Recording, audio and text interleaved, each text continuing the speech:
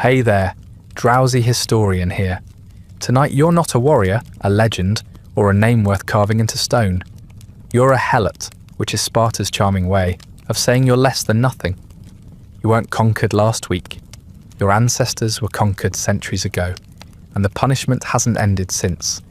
You were born in the dirt, into a caste of state-owned serfs designed specifically to make Spartan citizens look impressive by comparison. You farm their land, serve their food, raise their children, and sometimes die so their sons can practice stabbing something that screams. You are not a person. You are a function. And you'd better perform it quietly, because Sparta doesn't like it when its tools talk back. So before you're murdered during this year's government-sanctioned teenage kill spree, or beaten to death for the crime of looking a bit too tall, do me a favour. Leave a comment telling me where you're listening from, and why exactly this is the bedtime content your brain chose tonight. If you'd like early access, ad-free audio of these episodes, or just want to support the show, there's a Patreon link below. But for now, lie back, get comfortable, let's begin. You are not born into the world so much as deposited into it like refuse. No fanfare, no ceremony, no midwife, unless one happened to be passing through and owed your mother a favour. Most likely, she gave birth crouched behind a rock in the fields she doesn't own, biting down on a leather strap to keep from screaming too loud. There are no blankets, no clean water, no prayers of thanks, just blood, mud, and the unremarkable fact that another Helot has entered the world. A future tool, born into a system that does not require your consent, your comfort, or your survival. Merely your usefulness. Your parents have no legal names, not ones that matter. They might go by something, but to the Spartans, they're just those Helots from the South Field. Your mother's name was never recorded, and your father's isn't spoken unless it's to blame someone for a broken tool or a failed crop. You'll inherit the same status. You belong to the state, not in the way soldiers do, with glory and oaths and armour, but in the way oxen do. Your body is spartiate property.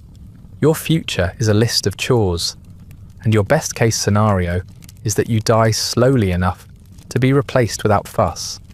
Your infancy is not protected.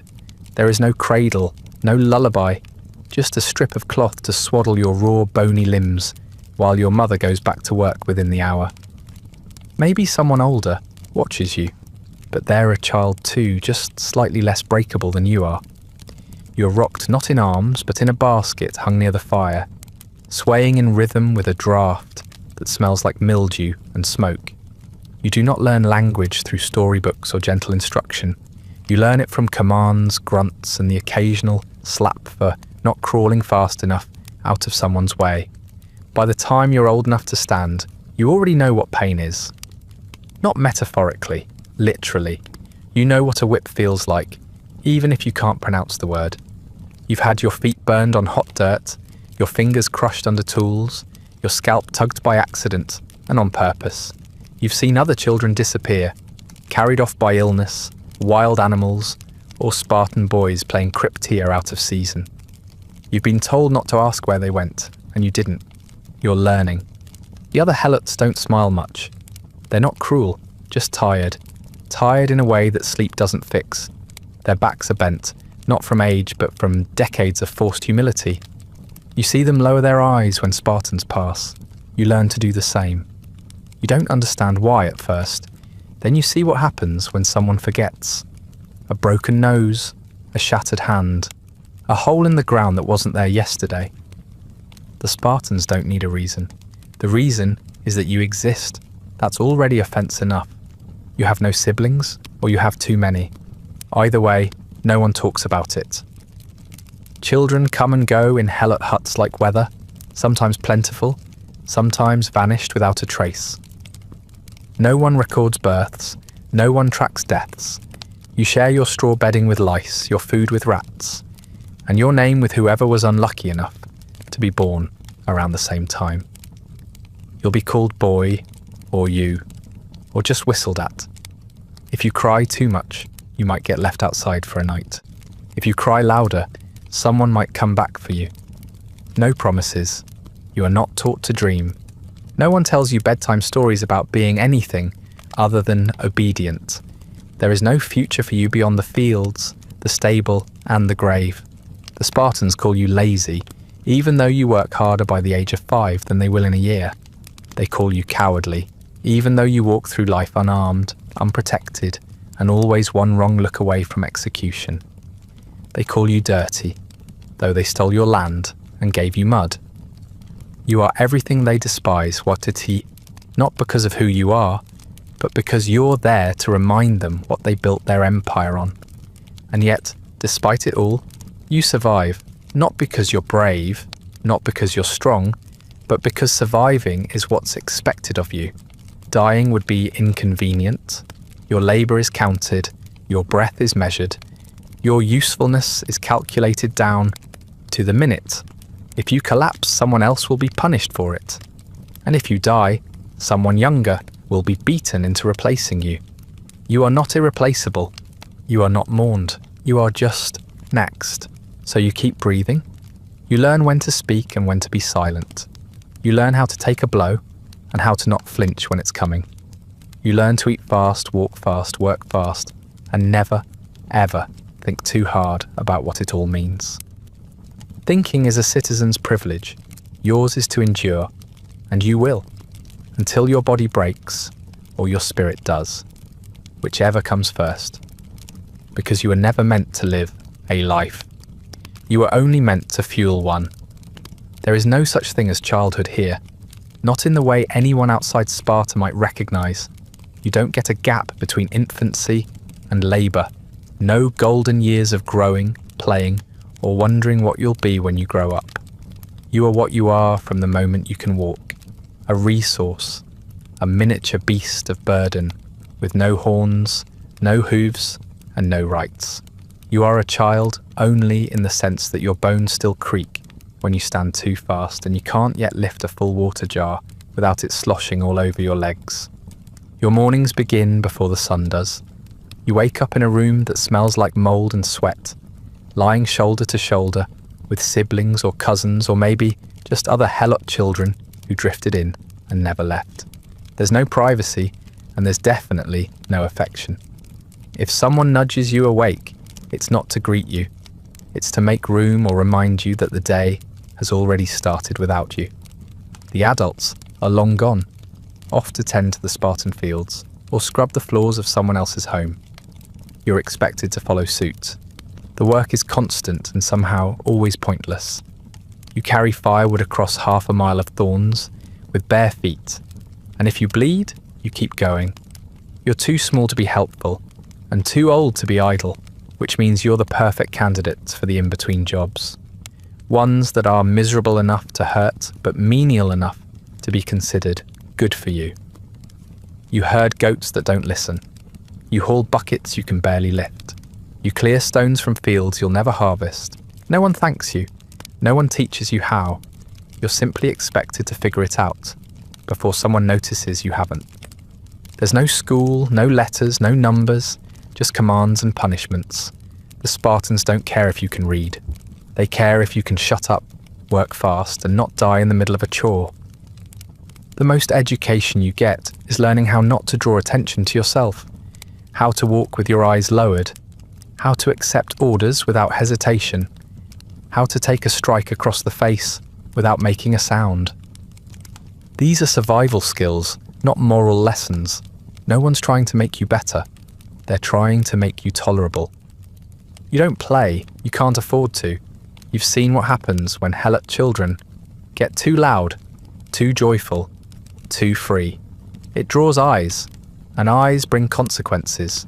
If a Spartan hears laughter coming from a Helot hut, they assume someone's gotten too comfortable, and they fix that with fists, with kicks, with the back of a spear shaft. If they're feeling generous, they'll simply humiliate you in front of your family. If they're not, you won't make it back through the door. Either way, you learn to keep your happiness quiet, or better yet, get rid of it altogether. Crying doesn't help. If you cry, you're weak. If you don't cry, you're insolent. It's a trap, and you fall into it constantly. You're whipped for falling behind, scolded for making noise, and backhanded for hesitating.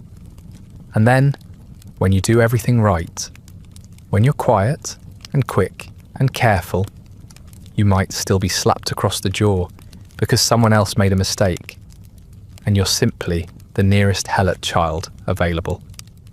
You begin to understand that fairness is not a principle here. It's a luxury reserved for people who matter. Illness comes quickly and never fully leaves. Your body is always fighting something, a cough, a rash, the chill that sinks into your ribs and never quite thaws. Your clothes are thin, your stomach is rarely full, and your feet are a mess of scabs and calluses. Parasites are a given. So is infection. You drink water from muddy streams, eat food with your fingers, and sleep in piles of fabric that haven't been washed since they were stolen from a dead neighbour. You don't get medicine. You get told to walk it off, even if your leg is swollen twice its size and smells like rot. But what you notice most, what you carry with you, is the cold. Not the kind that sharpens the air and makes your teeth chatter, but the kind that burrows deep. It seeps through your skin and takes up residence behind your ribs, just beneath your hunger. You're always cold, not because the weather is cruel, but because the world is. The hearth isn't for you. The warmth is for Spartans, for people with cloaks and sandals and roofs that don't leak. You get smoke, you get wind, you get cold, and then you get used to it. By the time you're old enough to understand what the word child is supposed to mean, it's already too late. You don't remember ever feeling safe. You don't remember what it's like to be lifted, held, soothed. Those aren't memories you're allowed to have. You weren't raised, you were tolerated, and only just. Your survival wasn't nurtured, it was observed, like watching to see which weeds managed to sprout through the stone. You didn't have a childhood, you had an apprenticeship in pain. And you're only just getting started. You learn early that food isn't something you're given. It's something you scavenge, steal, or fight rats for. If you're fortunate, someone tosses you a lump of grain that isn't too wet with mildew. If you're not, you chew on boiled grass and pretend it's soup. Your meals aren't scheduled. They're sporadic, unpredictable, and always disappointing. No one feeds helots. You feed yourself, in the same way stray dogs do. Quietly, quickly, and always while watching your back. The fields you work every day grow wheat, olives and barley, but those aren't for you. They belong to Sparta, which is to say, to people who'd rather die than share. You harvest grain that will never touch your lips. You press olives you aren't allowed to taste. You carry baskets of figs up and down hills until your arms shake, only to watch them disappear into the storerooms of men who wouldn't piss on you if you were on fire. You don't get paid, you don't even get scraps. You're expected to survive on whatever the land doesn't notice is missing. So you get creative. You chew bitter greens that grow between fence posts. You try not to gag on stringy wild onions. If you're lucky enough to catch a rat, you cook it over a fire made from dung and dry twigs and hope the meat doesn't smell too strongly of whatever it died from. Bugs are fair game. So is mud when mixed with crushed bark and desperation. Hunger becomes your permanent houseguest, louder than your thoughts, sharper than your bones, and entirely uninterested in fairness. Sometimes, if the harvest is bad or the overseer is in a foul mood, you don't eat at all. Days blur together in a haze of dizziness. Your stomach chewing itself raw while you dig trenches or carry firewood. Your body gets the message. Growth is cancelled. Your limbs stay thin, your belly distends, your hair falls out in clumps. You lose teeth before you've ever used them properly. Your bones stay visible, even when you're full, which almost never happens. You don't grow stronger, you just grow stringier. Stealing food is a gamble you eventually take, not because you're bold, but because there's nothing left to lose. A crust of bread left unattended, a handful of grain dropped in the dirt, a half-rotten apple hidden in your tunic. You learn to chew quietly, breathe shallowly, and deny everything. if questioned. Getting caught might mean a beating. It might mean mutilation. It might mean death. The punishment depends on who catches you and how bored they are, but starving is its own punishment, one that never ends. So eventually, you risk it anyway. The real cruelty is that sometimes stealing works. You fill your belly for a night, you fall asleep without your ribs aching, but then you wake to find someone else collapsed. A younger child, an older sibling, someone who went hungry so you wouldn't. They didn't know you were stealing. But the food had to come from somewhere, and now it hasn't come for them. Your guilt is irrelevant. They're still dead. You still have to get up and work. Water isn't much better. The clean stuff is reserved for Spartans, fetched from wells and springs guarded like temples. You drink runoff, river muck, rain caught in broken jars. Some days, you don't drink at all just to avoid the gut rot that comes from swamp water thick with insects and filth. You know people who've died of thirst surrounded by water. Not because it wasn't there, but because it wasn't safe. Survival becomes a daily calculation. How much poison your body can tolerate before it gives up. Your stool turns pale, your urine darkens, your breath starts to stink of acetone. These are signs of starvation, though you don't know the word. You just know that your body feels hollow, that your muscles cramp when you bend over, and that standing up too fast makes the world turn black for a moment. Sometimes, you forget to be hungry.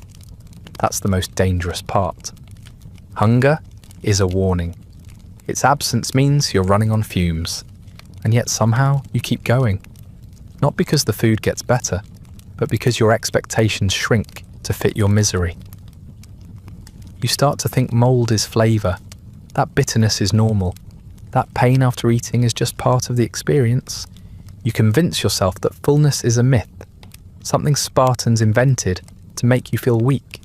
You stop dreaming about meals. You start dreaming about less hunger.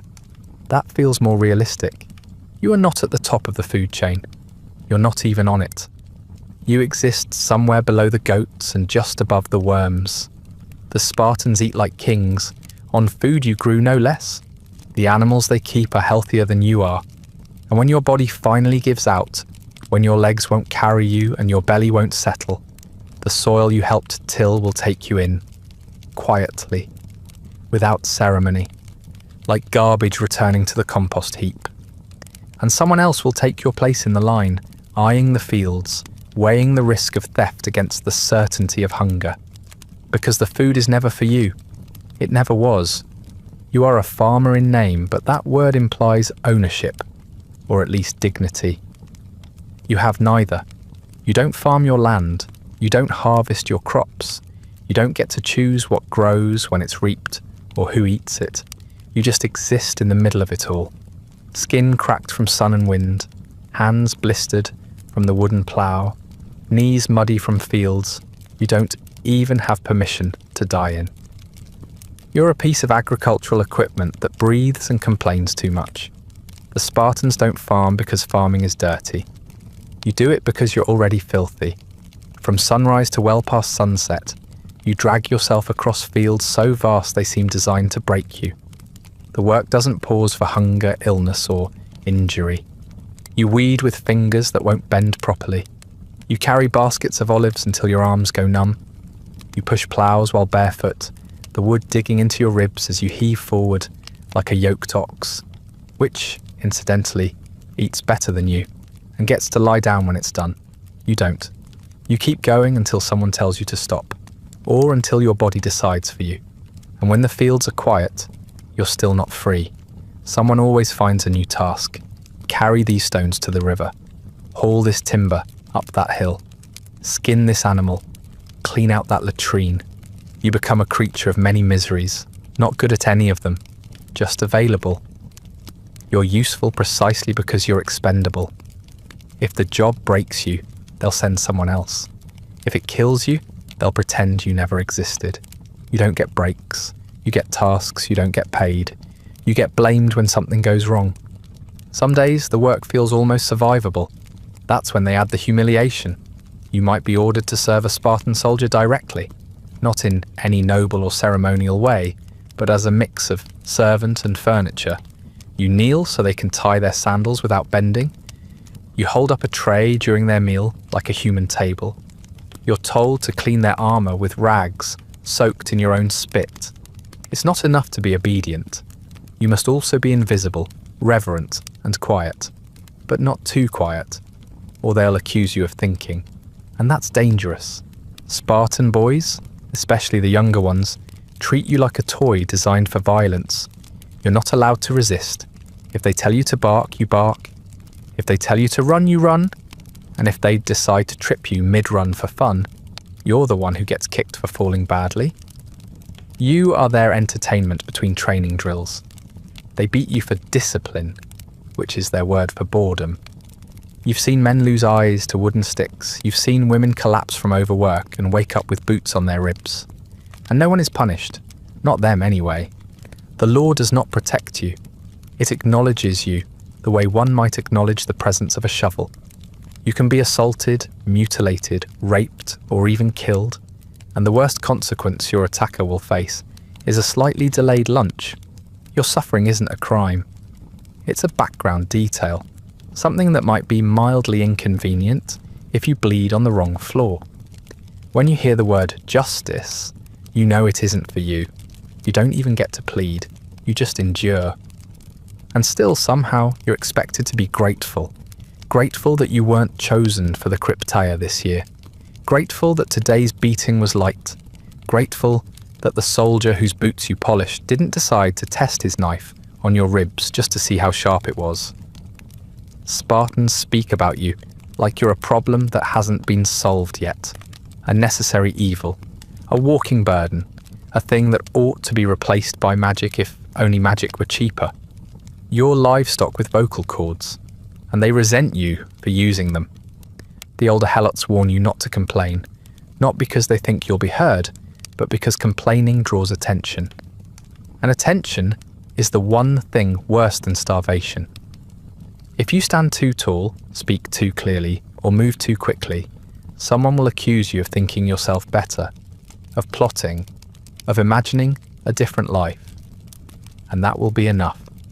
Enough to warrant a public beating, or a disappearance, or a knife through the belly while you're bent over tying someone else's sandals. They don't need proof, just the mood for an example. So you stop imagining better. You focus on surviving each task, each hour, each humiliating command. You learn to carry heavy loads with your head bowed. You learn how to spit polished leather with your sleeves and hide the blood on your knuckles when no one's looking. You learn to keep your face blank when they joke about you in your presence, calling you animal, slave, filth, because reacting is more dangerous than agreeing. Eventually, you even forget what it felt like to work for yourself, or to rest. You're not a craftsman, not a tradesman, not a citizen. You're a Helot, a mule in human form, a living scarecrow with hands like bark and eyes like mud. You work because stopping would be noticed, and being noticed has never done you any favours. There's a particular kind of silence that settles over the Helot villages once a year. It's not peaceful. It's the silence of breath held too long, of footsteps slowed to avoid making noise, of eyes kept low even when no one's around. You can feel it in your bones before anyone says a word. The fields aren't quite as full. The air feels thicker. Children are pulled indoors early. Doors that don't usually close now stay shut with whatever wood or stone can be wedged against them. No one says it aloud, but everyone knows. The cryptia has begun. On paper, it's a rite of passage, a training exercise for the most promising Spartan youths. They're sent out into the countryside alone, armed only with a knife, some provisions, and orders from the state. The mission? Kill Helots. That's it. No justification needed. No formal accusations. Just blood. The logic is that it teaches stealth, toughness, and patriotism. In reality, it's legalized murder, a hunt where the prey is you. You, your neighbors, your siblings, your parents. You are the exercise. You are the proof of their coming manhood. There are no warnings, no safe zones, no rules. You might be out gathering sticks or walking back from a well, or napping in the shade of a crumbling wall. It doesn't matter. If they find you, and they think you're alone, you die. Quietly, quickly, sometimes slowly, if they feel like practicing technique. You've heard the stories. Helots strangled with fishing nets, throats slit while they were half asleep. Bodies found days later in irrigation ditches with coins shoved into their mouths, like some cruel parody of funeral rites. These aren't exaggerations, they're traditions. You can't run. That would be suspicious. You can't hide. That would be rebellious. You can't fight back. That would be suicidal. So you do what helots have always done. You try not to be noticed. You dress in drabber rags than usual. You keep to crowded places when you can, though the Spartans prefer to strike in isolation. You don't talk. You don't move too fast. You avoid eye contact with anyone under 20 who looks like they might be proving something. And still, none of it guarantees anything. Because if they want to kill you, they will. And the law, as such as it exists, will applaud them for it. The Spartan elders call it population control, a method of keeping helots fearful, docile, and numerically manageable. Every year, they claim that too many helots have grown bold, too many are talking out of turn, or standing too straight, or walking too confidently. The cryptia is the solution, not just to thin the numbers, but to remind the survivors of their place. Your place, beneath them, beneath everything. And of course, it's not just murder, it's message sending. The youths are encouraged to target helots who look strong, who might become trouble later. You've seen friends picked off simply for having broad shoulders or walking with too much certainty. One year, a boy from your village was killed just after turning 15, stabbed through the spine while carrying a sack of barley. No one spoke his name for weeks, not out of disrespect but out of fear that even mourning could be misinterpreted as defiance. The soldiers in training are praised afterward. They're expected to come back with proof. Bloodied blades, notched belts, sometimes fingers. One boy was honoured publicly for racking up 9 kills in a week, most of them unarmed, elderly helots. The crowd clapped. His father cried with pride. You stood among the labourers watching the ceremony, silent, trying not to blink too much or look too interested. You couldn't afford to let your disgust show. You couldn't even afford grief. And yet, somehow, the cryptia isn't officially counted as war. It doesn't involve armies, it doesn't produce heroes. It isn't commemorated on bronze plaques. It's more like pest control. You're the infestation, and they're doing some seasonal cleaning. No one will ask why a helot boy vanished from his hut. No one will investigate the pile of bloodied rags found in a riverbed. If the Spartans even mention it, it will be to pat themselves on the back for raising such efficient killers. You start to dread anyone with a clean face and new sandals. That usually means they've just joined the program. Their eagerness is more dangerous than a veteran's boredom. The veterans at least learn restraint. The new ones are still trying to earn praise. They want a clean kill, something they can describe later over a fire. You're not a person in their eyes. You're a test, a statistic, a meat dummy that bleeds conveniently. Some helots try to pray their way through it. Others just drink until they can't feel the tension anymore. You've tried both. Neither works. The cryptia is a season of death, but it's not just about the people who die. It's about the people left behind, flinching at every footstep, listening for every twig snap, wondering if the boy behind the olive tree has a knife and a reason to use it. You don't sleep well during the cryptia, not because you're scared, but because you're realistic. When it ends, there's no announcement. The boys go home. The blood dries. The names are not spoken. And the helots who remain step back into the fields, heads down, hearts clenched, pretending the last month didn't happen. But you remember. You always do. You remember who vanished. You remember the silence. You remember the feeling of being hunted in your own home. And you remember that next year, it will happen again. It's one thing to be worked like an animal. It's another to be owned like one. Your body is not yours. That was made clear before you were old enough to understand what a body even is. You don't get to decide what it does, where it goes, who touches it, or whether it gets to keep breathing. Those decisions are made for you, by people who think of you less as a person and more as a tool. And tools don't have opinions. Tools don't have boundaries. Tools exist to be used. Marriage is not a choice, it's an assignment. One day, a headman or a Spartan official informs you that you are now someone's spouse, usually someone you've barely spoken to, often someone who has also been told the news for the first time.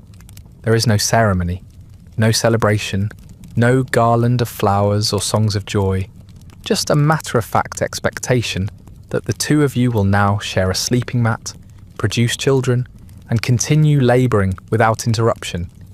You might be 14. You might already be pregnant from something else. It doesn't matter. The decision has been made. You're not allowed to say no. Refusing a state-arranged pairing is treated as rebellion, or worse, arrogance. You're not valuable enough to have preferences. If you complain, you'll be punished. If you cry, you'll be mocked. And if you stay silent, as most do, then the world will move on, as if your consent was never required in the first place, which it wasn't. Children come whether you want them or not, and once they do, you quickly learn that they don't belong to you either.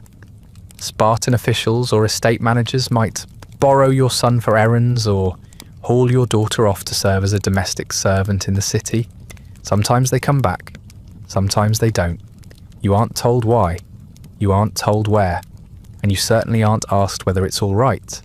It's not kidnapping, it's redistribution. Just more state property being reassigned for optimal use. There are times, more than you'd like to count, when a Spartan man decides he wants something from you that isn't labour. Maybe it's your body. Maybe it's your silence.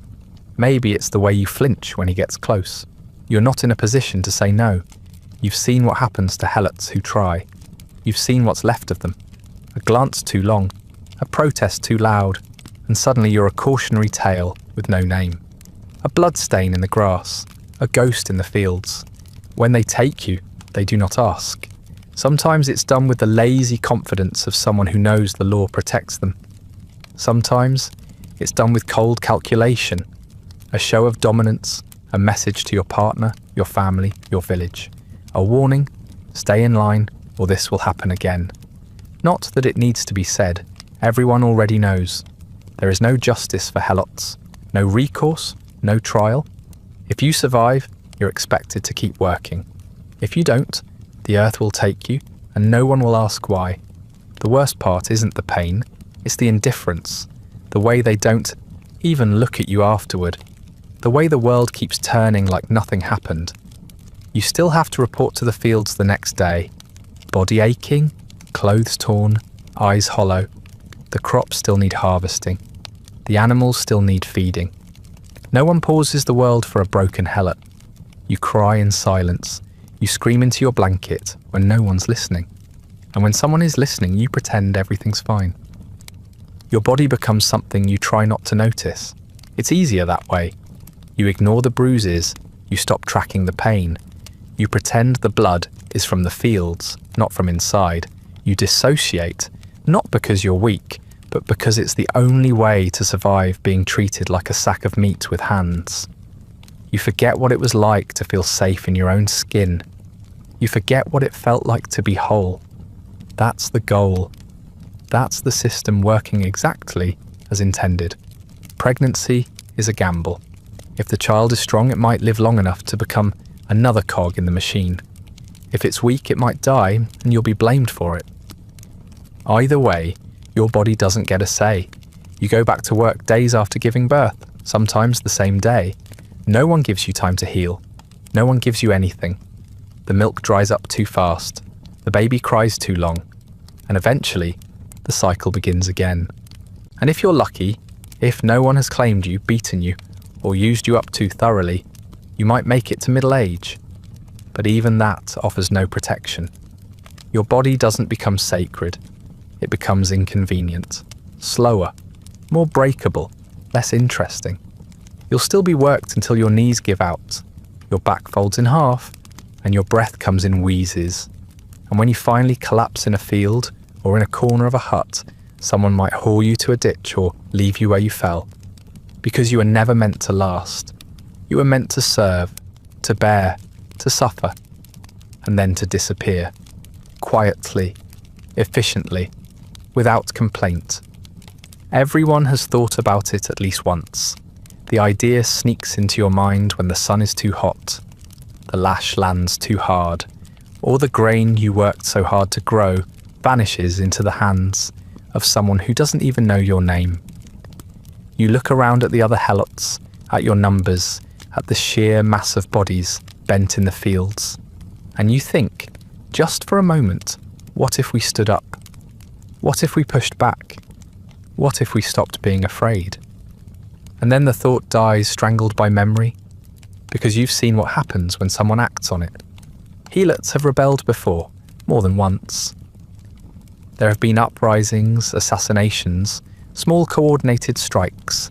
Whole villages have tried to vanish into the mountains, armed with stolen knives and the kind of hope that only comes from desperation. And every time, it ends the same way. With Sparta burning everything down, with crops razed, elders hanged from tree branches and survivors rounded up like diseased animals. You've walked past villages that no longer exist. You've seen bones poking up through scorched earth. The only markers of a rebellion someone once thought was noble. The numbers don't help you. Yes, the Helots outnumber the Spartans, by a lot. Some say 7-1, others say even more. But numbers are only power when they're armed and organised, and you're neither. You've got no weapons beyond farming tools and no training beyond how to stay invisible. The Spartans, on the other hand, have been practicing murder since they could walk. Their entire society revolves around war. Yours revolves around surviving long enough to scrape together the next meal. They start training at 7, learning how to fight, kill, stalk and dominate. You start working at 5, learning how to carry water and avoid beatings. They get mentorship. You get malnutrition. They're encouraged to be cunning. You're punished for speaking out of turn. The difference isn't just physical, it's psychological. They're conditioned to see you as subhuman. You're conditioned to see them as gods with whips and spears. That's not a fair fight. That's a butcher shop. Even when someone manages a successful strike, maybe a knife between the ribs of a drunk overseer, maybe a roof set ablaze under cover of night, the victory is short. The backlash comes fast and without limit. It's never just the person responsible who suffers. It's their family, their neighbours. Sometimes entire regions are declared suspect. Fields are torched, food stores are confiscated, people disappear. The message is always the same. For every drop of Spartan blood, a flood of Helot blood will follow. The cruelty isn't just punishment, it's theatre. The Spartans want you to see what happens. They make examples out of rebels because it reinforces the natural order. Your suffering becomes part of the lesson. They don't just want obedience, they want despair. Hope is dangerous. It leads to ideas, and ideas lead to action. So they don't just kill the leaders. They laugh while doing it. They mock the attempt, call it pathetic, tell stories about it later, around the fire. Your rebellion becomes the punchline to a joke about how even the slaves think they matter sometimes. You've heard these stories. Everyone has. There's one about a Helot who tried to poison a Spartan commander and ended up tied to a post with honey smeared across his skin. The ants did the rest. Another about a village that planned an escape, only for one of their own, tortured and broken, to reveal the plan. The entire village was flayed alive, then dumped into a quarry. No one remembers their names. Just the warning. Don't be like them. And maybe once you thought you would be braver than that you'd rather die on your feet than live on your knees. But time has a way of wearing that down. Hunger chips at it. Grief dulls it. Watching people you care about suffer because you dared to speak out grinds it into dust. You stop dreaming about justice. You start dreaming about quiet, about making it through the day without incident, about avoiding the next crypteia. And then you wake up and keep your head down. Because even if you manage to stab a Spartan, even if you run, even if you hide, you won't change anything. You won't spark a revolution. You won't liberate anyone. At best, you'll buy yourself a few hours before they catch you. At worst, you'll doom everyone you've ever known. You become a cautionary tale, a warning for the rest of us, or, if you're really unlucky, a source of amusement, your death repeated in a dozen retellings by boys in armour laughing around a fire, so you don't rebel, not because you're a coward, but because you've done the math. And you know how this ends. There's a specific kind of performance the Spartans enjoy, one that doesn't involve music, applause, or any real skill. It involves you. More specifically, it involves you pretending not to be in pain while they strip you of whatever scraps of dignity you might have managed to hold on to. It's not enough for them to own your labour, your body, and your future. They want to own your image too. They want to mould you into a warning, a living, breathing punchline with no say in the matter. You're not just a Helot. You're a cautionary tale, weaponized for the moral instruction of Spartan children. The goal is simple, to show them what weakness looks like, what cowardice, failure, and filth look like, what happens when you aren't born into glory. So they call you forward, often without notice, and hand you a skin of wine. Not a cup, a skin.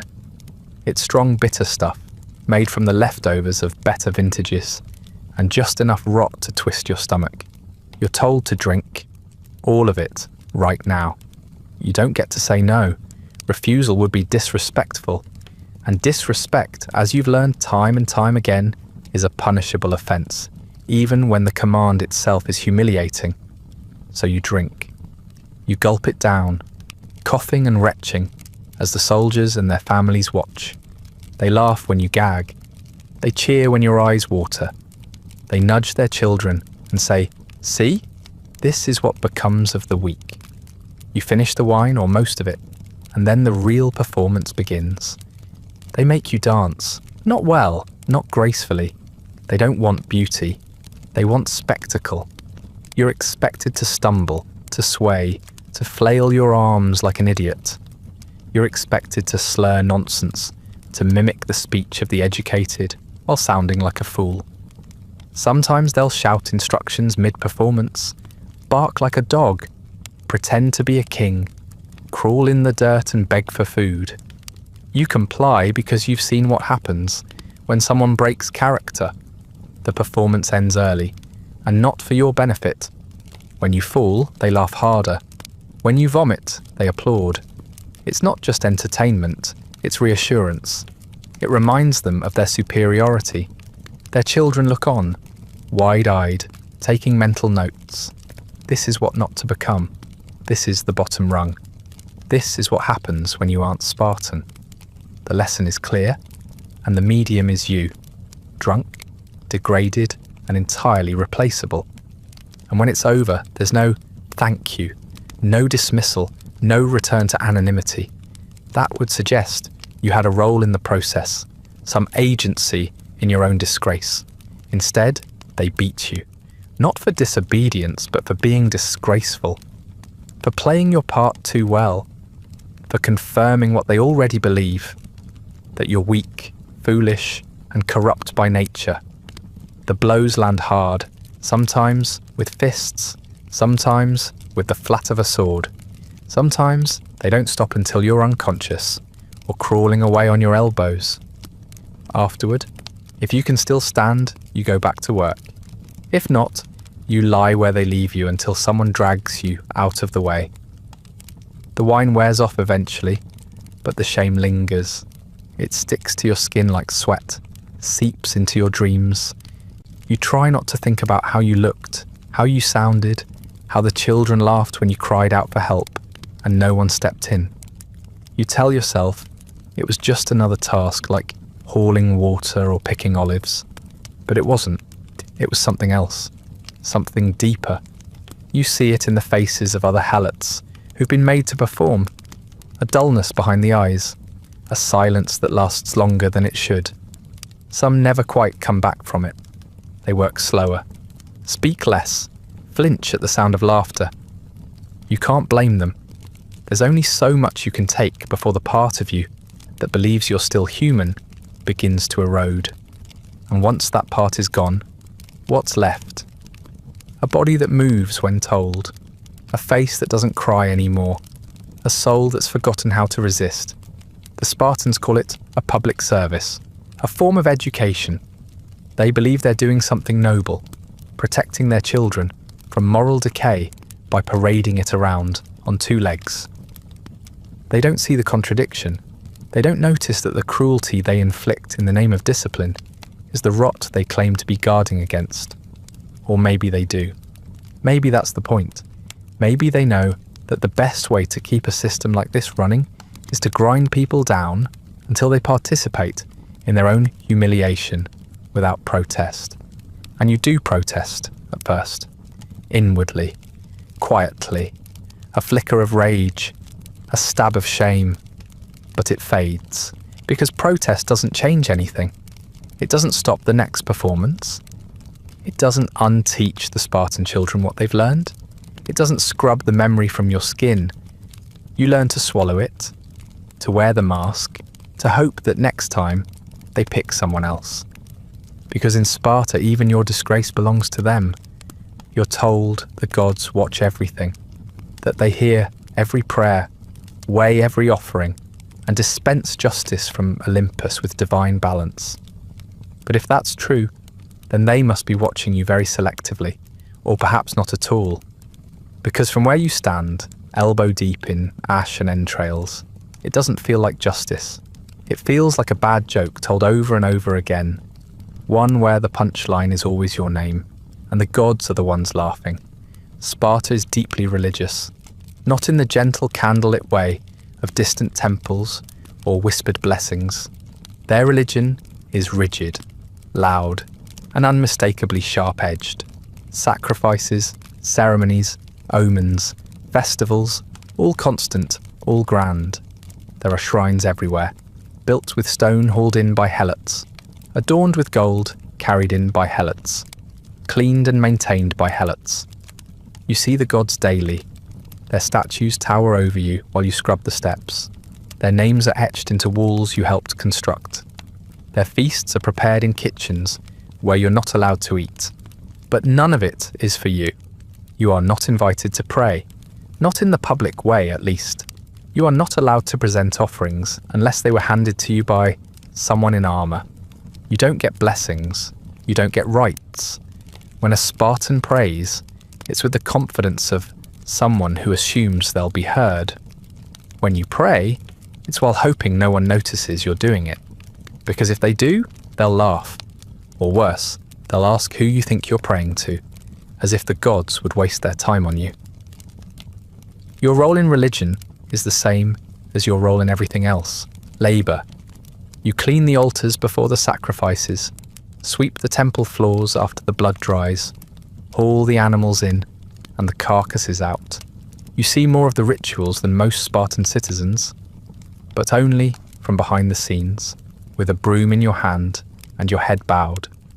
You've carried sacred relics in processions, barefoot and silent, while watching others sing hymns you weren't taught. You've seen gods lifted high while you were covered in their followers' refuse. The sacrifices are plentiful.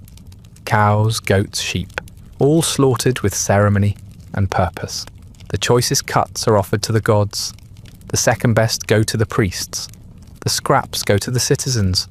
You, if you're lucky, might get to pick through the bones once the ceremony ends. You gnaw at cartilage while the faithful talk about divine favour and communal strength. You taste the blood of worship, but never the warmth of belief. It's all muscle and gristle and cold fat by the time it reaches your hands. Sometimes, in moments you don't talk about, you wonder if the gods hate you. Not in the dramatic, vengeful way, just in the quiet, disinterested way of someone who has better things to do. You've watched a Spartan who beat you unconscious go on to win a chariot race, and receive a wreath from a priest. You've seen plague sweep through your village and leave the elite untouched. You've buried children and begged the gods to give them peace, only to hear priests thank the same gods for a good harvest. It's hard not to notice the pattern. You don't even get funeral rites. When you die, there is no temple bell, no processional hymn. There is barely a hole in the ground. Your family, if they're allowed, will wrap your body in whatever cloth is available and bury you quietly, hoping the overseer doesn't demand you finish your shift first. The Spartans say that proper funerals are essential for reaching the afterlife, which means you, like so many Helots before you, will likely spend eternity wandering, unwelcome even among the dead. The priests do not care. Why would they? Their wine is sweet, their robes unstained, their words taken as truth. You've seen them walk past the hungry, the wounded, the grieving, without pause. You've heard them bless Spartan children while stepping over the corpse of a Helot girl who collapsed from heat stroke. To them, you're not a soul. You're a backdrop, a set piece in their grand moral stage play. Your suffering is just part of the atmosphere, unpleasant, but useful. It gives their piety contrast, and yet somehow you still find yourself whispering to the gods at night. Not the grand ones with golden statues and 10-syllable names, the older ones, the forgotten ones, the ones who might still remember what dirt tastes like. You ask them not for justice, that word has no meaning anymore, but for small things, a painless death, a warm breeze, that your child, if taken, will at least be spared the worst. You don't expect answers, but you whisper anyway. Because silence, at least, feels slightly less cruel when it's shared. If the gods are watching, they have made their stance clear. Sparta gleams with their favour. Their temples stand tall. Their warriors claim to be divine instruments. And you? You mop the floor after the sacrifice, listening to hymns that were never meant for your ears. There are two ways to die in Sparta. One is as a Spartan, the other is as you. The difference isn't just in how it ends, but in how the ending is treated. When a Spartan dies, it's a production, a solemn ritual of incense, chanting, processions, and grief so well practiced, it might as well be theatre. They're carried through the streets, on polished stretchers, faces wrapped in clean linen, weapons placed beside them, as if they'll need them in the afterlife. People cry, people remember. Their names are recorded, spoken aloud, passed down. When a Helot dies, there is no procession, no incense, no linen, no name. If someone is there to witness it, they might tug the body off the road so others don't trip over it. If no one is watching, you'll rot where you fell. In a field, in a ditch, in the shadow of a granary, you weren't allowed to enter. You are not mourned, you are not honoured, you are not mentioned again unless someone needs an example of what happens when you don't work hard enough. Sometimes your family tries to bury you, quietly in the dark, digging shallow graves with their hands. They can't afford tools, and even if they could, the noise might draw attention. The law doesn't forbid Helots from burying their dead, but it doesn't protect the act either. If a Spartan catches them in the act, they might be beaten, or worse, accused of conspiracy. Because digging is suspicious, graves suggest sentiment, and sentiment is dangerous in people who are supposed to be forgettable. Even when you're buried, it isn't deep. The ground is hard and your family's exhausted. They do what they can. A few feet of earth, a covering of stones, maybe a scrap of cloth tied to a stick if they're feeling brave.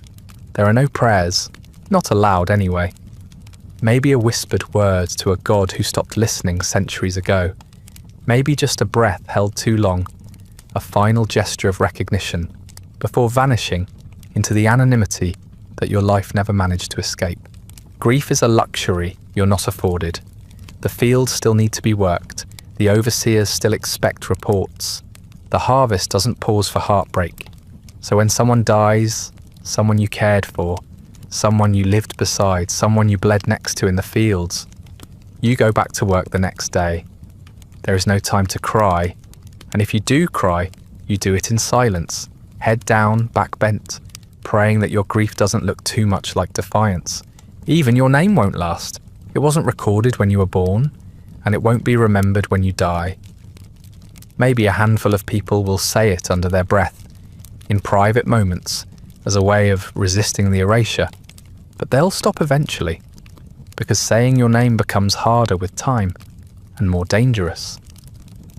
After a while, it just fades, replaced by the tasks you left unfinished. The corner of the field you used to weed, the gap you left in the sleeping mat. Spartans get tombs, not all of them, but enough. They get markers, stones etched with words, symbols of lineage and valour. Their families can return to those places. They can point to them and say, "Here lies someone who mattered." You don't get a marker. You don't get a grave anyone's allowed to visit. At most, you might get a glance at the patch of dirt someone thinks you're under. But even that fades quickly, as new tasks and new deaths make remembering you impractical. There are stories, helots who died in ways too public to ignore, ones who collapsed during a feast, or during a task assigned by a particularly cruel overseer. Their deaths become tools, cautionary tales. Don't work like him, he didn't pace himself. Don't talk like her, she asked too many questions. They are not remembered as people, but as warnings. You might become one of those stories.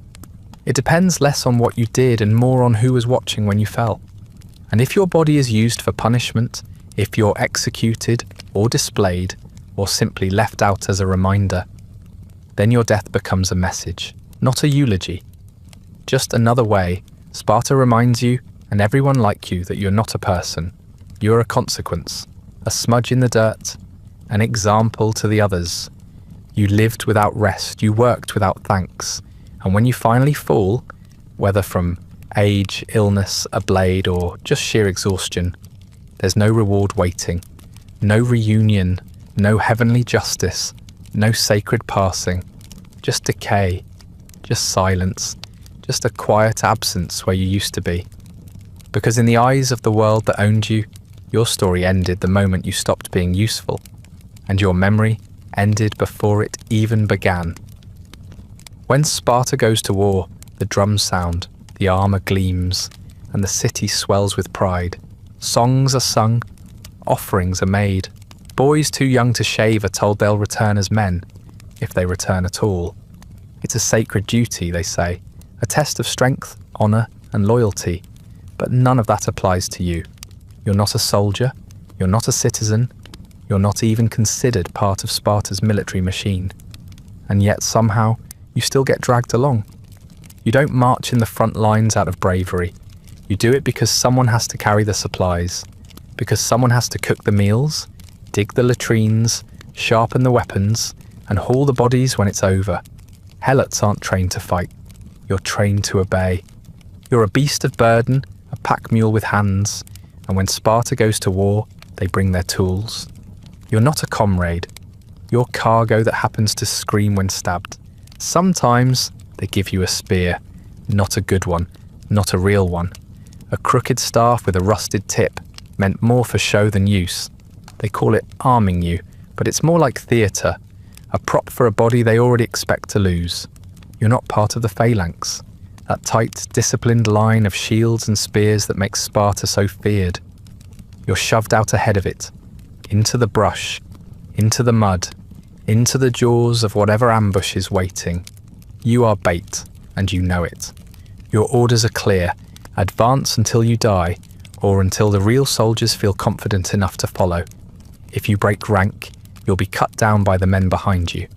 If you survive longer than expected, someone might question your loyalty. You've seen helots punished for fighting too well, accused of arrogance, of trying to earn glory they weren't entitled to. One man returned from a skirmish, with a Spartan sword taken from an enemy corpse. He was executed that night, not for theft, for presumption. There is no winning for you. If you die, you die. If you survive, you're a liability. If you show courage, it's called insolence. If you run, it's called treason. You don't get statues. You don't get stories. At best, You're remembered as that Helot who didn't completely embarrass himself before getting disemboweled. At worst, you're forgotten the second your blood hits the ground. The only medals you'll ever see are the ones you polish for someone else. The conditions are worse than the battlefield itself. You sleep in mud if you sleep at all. You march barefoot, carrying packs heavier than your own body weight. You're expected to serve hot meals on time while arrows whistle past your ears. And when there's not enough food to go around, which there never is, you're the first to go hungry. A Spartan warrior must be kept strong after all. You can die a little slower, or faster, they don't care. In winter campaigns, your fingers blacken from frostbite while you light fires for men wrapped in fur-lined cloaks. In summer, your skin peels off in sheets while you carry water to men who will pour it over their heads and then spit on you for moving too slowly. Disease spreads fast in camp, and when it does, helots are the first blamed, the first infected, and the last treated. You die of infected blisters while they pray to Apollo for victory. And still, when the enemy charges, you're shoved forward. No helmet, no shield, no chance. You're not expected to hold the line. You're expected to distract the enemy for just long enough that the Spartans can organize themselves. Your death is part of the plan, not an unfortunate possibility, but an intentional step in the strategy, a necessary sacrifice. Not because you volunteered, but because no one thought it mattered. When it's over, if it ever is, you don't return home to cheers or embraces. You return to work, assuming you return at all. Your wounds aren't patched with honor. They're wrapped in rags and ignored. You limp back into the fields, weaker than before, and get told to stop complaining. Because you didn't serve Sparta, you served in the vicinity of Sparta. That's not the same thing. You were there, yes, but you weren't really part of it. Just another shadow on the edge of the firelight. And if you die out there, trampled in the charge, gutted in the muck, or coughing blood in the back of a supply tent, no one will bring you back. No one will carry your body with care. You'll be left for the vultures, buried by weather, or dragged to a ditch by whoever's assigned corpse duty that day. No marker, no prayer, no song, just silence and the soft squelch of someone else stepping over you. Because war, like everything else in Sparta, is a privilege, and you don't have those. Every once in a while, Sparta decides to be generous. Not often, just enough to keep the story going that they can be merciful, that their system isn't entirely made of blood and rope. And so, a few helots, just a few, are granted freedom. That's the word they use anyway. It sounds noble, final, and uplifting. A reward for loyalty, a new beginning. But when you look at it up close, it's not freedom, it's paperwork. A title without substance, the illusion of change, held together by the same people who once owned you. You don't get to apply for this freedom. You don't even know it's coming until someone tells you. Maybe you performed some service, accompanied a Spartan on campaign, survived a war, carried a dying officer back to safety. Maybe you were just the right age and in the right place when someone felt like making a gesture.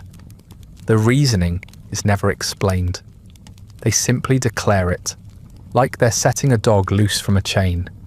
Congratulations, you're now a freedman. You may go nowhere and do nothing different, but you can technically claim you're not a slave. You don't become a citizen. That would be unthinkable. Citizenship is sacred, the core of Spartan identity. It's for those who pass through the agogy, who bleed in official battles, who train from boyhood to be living weapons. You did none of those things. You weren't allowed. So you don't vote, you don't hold office, you don't have a say in anything that happens to you. You're not even allowed to speak at public assemblies. You have a name maybe, but it doesn't open any doors. You don't get land. At least, not the kind that matters. The state might assign you a small plot, more a patch of dirt than a farm, usually in the worst soil, far from any real infrastructure. You might be allowed to lease a goat. You can try to grow barley that won't survive the next drought. But you're still surrounded by Spartans, and they don't forget who you were. You don't become a neighbour. You become a tolerated inconvenience. The other Helots don't know what to do with you either. You used to be one of them. Now you're not. But also, somehow, you are. You've been yanked out of their misery, set slightly apart, and left there. You no longer share in their exact suffering, but you're not allowed to escape it either. You can't help them. You can't speak for them. If you try, the Spartans will remind you very quickly where your new place really is. They didn't free you so you could make trouble. They freed you so they could point to you and say, "See, we're not all bad." You're still marked, not physically, not with brands or tattoos, but socially, economically, existentially. Everyone knows you were once a Helot. You speak like one. You walk like one. You carry the weight of it in your spine. The Spartans see it when they look at you. So do their children. You're never invited to dine with them. You're not allowed to marry into their families. You're not even allowed to forget. Your name might be different now, but your shadow hasn't changed. When disputes happen, and they always do, your word counts for less. You can be arrested, beaten, accused with little or no evidence. You might avoid the lash this time, but only because it would look bad. That's the real currency you hold now, appearance. You're useful, as long as your freedom reflects well on the system. Step out of line, and they'll take it as proof that you weren't ready for it. That no Helot ever is. That freedom makes you ungrateful. And so, you work. Still, you tend your pitiful land. You haul water for people who now call you former Helot instead of just Helot, as if that's progress. You still wake early, still bow your head when a Spartan passes, still jump when called. You might get a slightly better cut of meat, a slightly softer place to sleep, a few moments of being left alone. But the structure hasn't changed, only your label. The chain is a little longer now, but it's still a chain. You're reminded of it constantly. The way they speak to you, the way they watch you, the way you still flinch when someone raises their voice. You're not free. You're branded with a different kind of servitude, the kind that wears a smile, that thanks you for your service, that invites you to be grateful for the crumbs it tosses at your feet. You are no longer a Helot, they say, but you are not anything else. You live in a gap between worlds, a narrow space where identity is a threat and survival is still your only victory. You didn't ask for this. You didn't dream of it. You dreamed of real freedom, a life that belonged to you. This isn't that. This is a category on a census, a gesture meant to quiet someone's conscience. You are not owned, perhaps, but you are still controlled. You are still watched, and you are still very, very alone. Because the worst part of being freed is realizing just how far from freedom you still are. Death doesn't arrive all at once for a Helot. It's not swift or clean or dramatic. There's no blaze of glory, no final battle, no noble exit. It comes in pieces, a drawn-out unravelling that begins long before your body stops working. You don't die the way Spartans imagine death. You erode, slowly, relentlessly. The damage starts in your joints and works inward, chipping away at whatever version of yourself still manages to stand upright in the morning. Your knees go first, years of crouching in fields, hauling water, and kneeling in submission, grind them down until they click and buckle when you walk. You start waking up with stiffness that doesn't fade, and falling asleep with a pulse that rattles inside your ears like loose grain in a jar. Your hands follow next, thick with calluses, fingers bent at strange angles, the skin too cracked to heal properly. Tasks that once took minutes now take hours. You feel yourself slowing, even as the overseers shout at you to move faster. Your back curves slowly but definitively, pulled into a hunch by decades of burden. You start to look older than you are, though no one knows exactly how old you are, including you. No one recorded your birth, and you stopped counting the years sometime after your second child died. You lose track of time the way you lose track of sleep, gradually, then completely. The seasons blur, the harvests repeat, and the pain becomes your only real measure of change. Your lungs aren't much better. A lifetime of breathing in dust, smoke and mould has filled them with something heavy and wet. You wheeze when you walk. You cough in the cold, a hacking, desperate sound that draws glances from other helots, not out of pity, but calculation. They're wondering how long you have, not because they'll miss you, but because someone will have to pick up your workload when you finally collapse. Life moves on. The barley still needs planting. You lose weight, but not in a way anyone envies. It's not the lean frame of a disciplined body. It's the slow disintegration of muscle, the hollowness of a stomach that no longer growls because hunger has become so constant it no longer registers as a complaint. Your cheeks sink. Your skin takes on the colour of dry clay. You don't just look like death. You begin to feel translucent, as if the world is forgetting you even as you stand in it. The aches become routine. Your hips grind when you move. Your feet swell until your sandals no longer fit. You stop noticing the pain and start noticing its absence. The brief moments where something doesn't hurt as much as it used to. That's your version of a blessing now. Not comfort, just less agony. You learn to ration your energy the way you used to ration food. You plan your steps like a military campaign. Every errand becomes a trial. There's no help coming, no doctor, no healer, no priest to lay hands on your brow and murmur soothing things.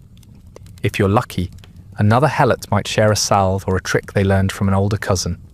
A poultice of crushed herbs, a piece of cloth soaked in vinegar and wrapped around a swollen joint. Most of it doesn't work, but it's something to do. Something that feels like care, even if it's just distraction. Eventually, the work becomes impossible. You can't lift what you used to. You forget steps in tasks you've done 1,000 times. You drop tools and can't pick them up again. The younger helots whisper about you. Not cruelly, just practically. You've become a liability. You're still expected to contribute, but your body won't obey the same way anymore. And when it doesn't, someone notices. And when they notice, you get punished. Not because you're lazy, just because you're no longer useful. You become invisible before you disappear. People stop calling your name. Overseers skip past you when shouting orders, unless it's to remind you that you're in the way. You spend more time sitting than working, though sitting hurts too. You start to sleep during the day because your nights are filled with coughing and dreams that leave you too tired to face the dawn. You don't look in reflective water anymore. There's no point. You don't recognise the face staring back, and neither does anyone else. And then one day, you just stop. Stop walking. Stop standing. Stop being able to lift your own weight out of the straw where you lay. Your body is done, not broken all at once, just worn down to the threads. You lie still for a long time, waiting for someone to notice or to care. But no one comes. The fields are busy. There's always more work, more mouths, more helots who can still move. You close your eyes, not out of peace, just exhaustion. And whether your breath slows to stillness in the night, or you vanish quietly from the edge of the fields, a day or two later, it doesn't change anything. The barley still grows, the tools still clatter, the world moves forward exactly as it did before. Because you were never built to be remembered, just used, and once used up, discarded without pause. When people talk about Sparta, they speak in reverent tones.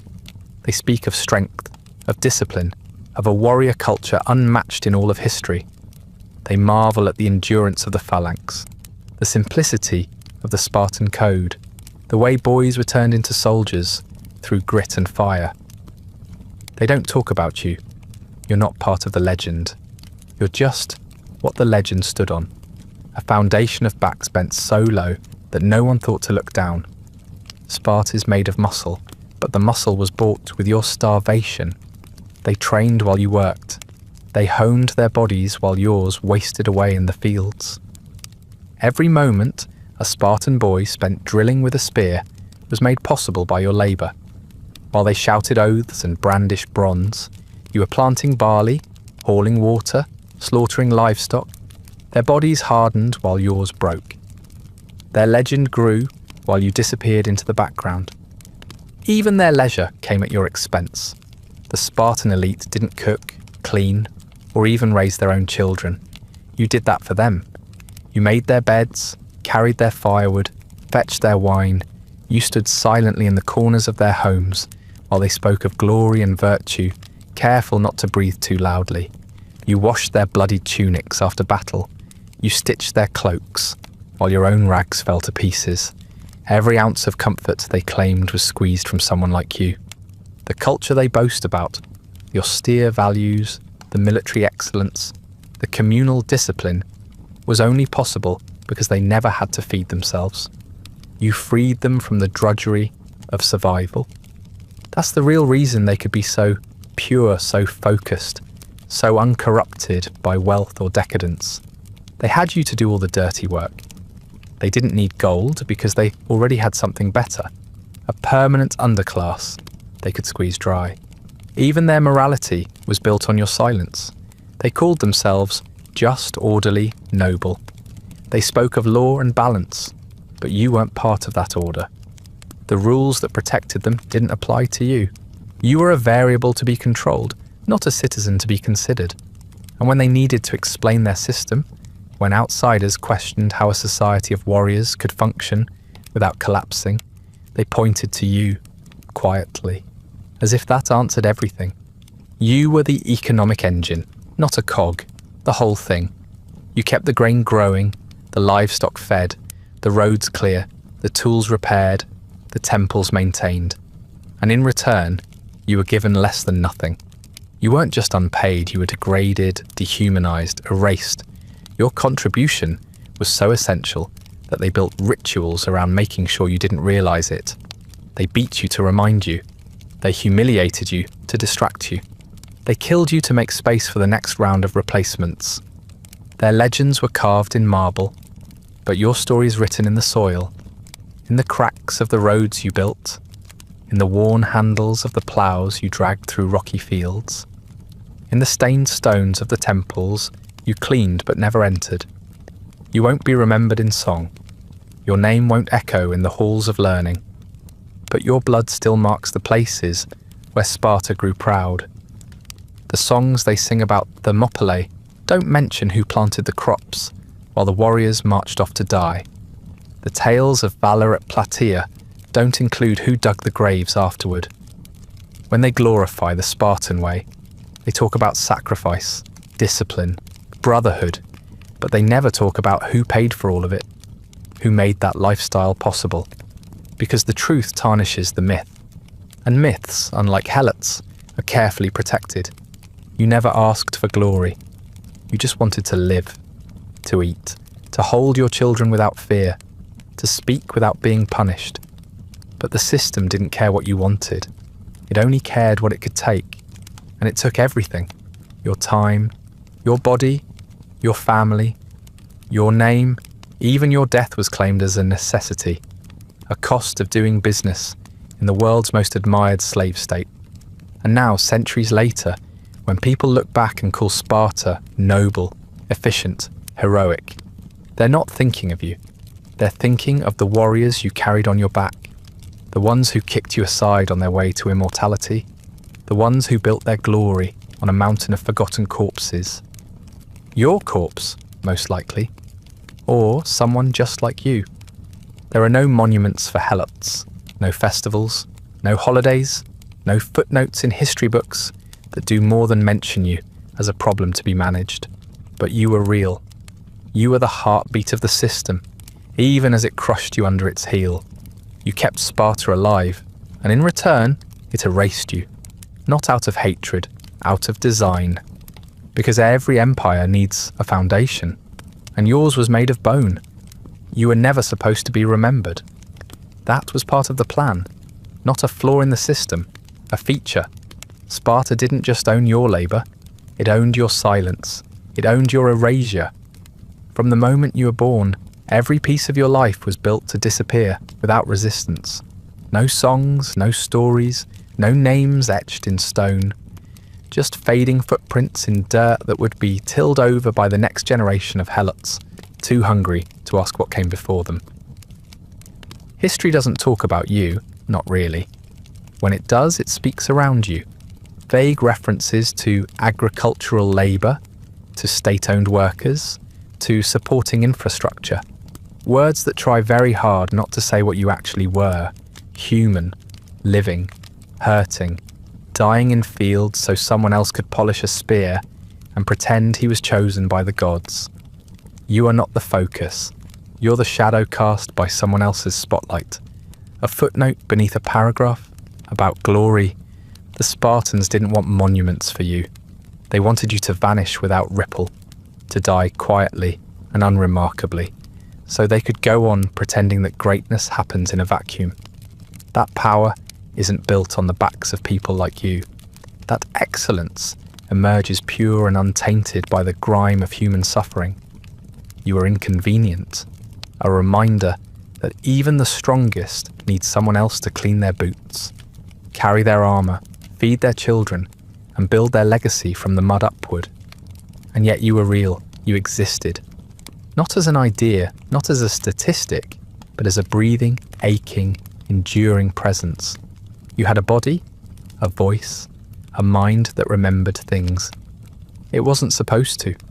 Warmth, maybe once, laughter maybe, briefly.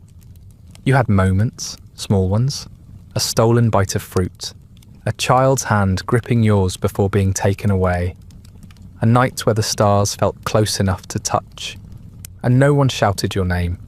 That was you. Not glorious, but real. You bled. Not metaphorically, not poetically. You bled from cracked hands, from cuts that never healed right, from punishments that made your ribs hum with bruised music. Your body broke itself to keep other bodies standing taller, and no one thanked you. No one paused. But that blood mattered, even if the world pretended it didn't. It soaked into the fields, into the foundations of temples, into the grain that Spartans chewed without knowing the name of the person who died harvesting it. You mattered, not to them, never to them, but to the people who whispered your name when no one else was listening, to the child you held until they could walk on their own, to the neighbour who handed you half a loaf of bread and said nothing, to the fellow Helot who met your gaze across a courtyard and didn't look away. Your existence rippled in small defiant ways, not enough to be remembered broadly, but enough to be real and human and here. And now someone knows. Not because you were famous, not because you won a battle or founded a city, but because someone bothered to look beneath the myth, to ask who carried the weight while others held the sword, to wonder what happened to the voices that weren't allowed to speak. This story is not carved in marble. It won't be taught in elite academies, but it has been told, quietly, carefully, not to honour you exactly, but to make sure no one mistakes your suffering for something worth envying. Because people forget. They see Sparta's stone ruins and call them noble. They see the discipline and call it admirable. They hear the word Helot and think it means nothing. That's what the system wanted. That's what it trained them to believe.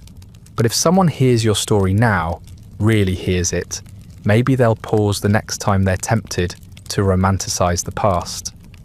Maybe they'll look beyond the marble and ask where the blood came from. You weren't meant to inspire. You were meant to warn. Your life is not a blueprint, it's a condemnation, a slow, grinding truth hidden beneath the armour of a society that called itself virtuous while feeding on your body. And now, in the smallest way, that truth has been said aloud. Not shouted, just spoken, softly, like a whisper passed down through centuries of silence. No one sang songs for you, but someone listened. That brings us to the end of tonight's story. Not a triumph, but an erasure so complete it nearly succeeded. If you're still here, still listening, thank you for walking through a world where dignity was rationed and remembrance was forbidden. The Helots were never meant to have a voice, and yet, for a little while, we gave one shape. If you'd like early access to more of these forgotten lives, the buried, the beaten, the ones history left behind, plus other perks like ad-free audio of the episodes, there's a link to the Patreon in the description. You can also like, subscribe, or leave a comment about which quiet horror you'd like unearthed next. And if you're listening on a podcast app, a rating or review helps others find these stories. Sleep well, and remember what they wanted you to forget.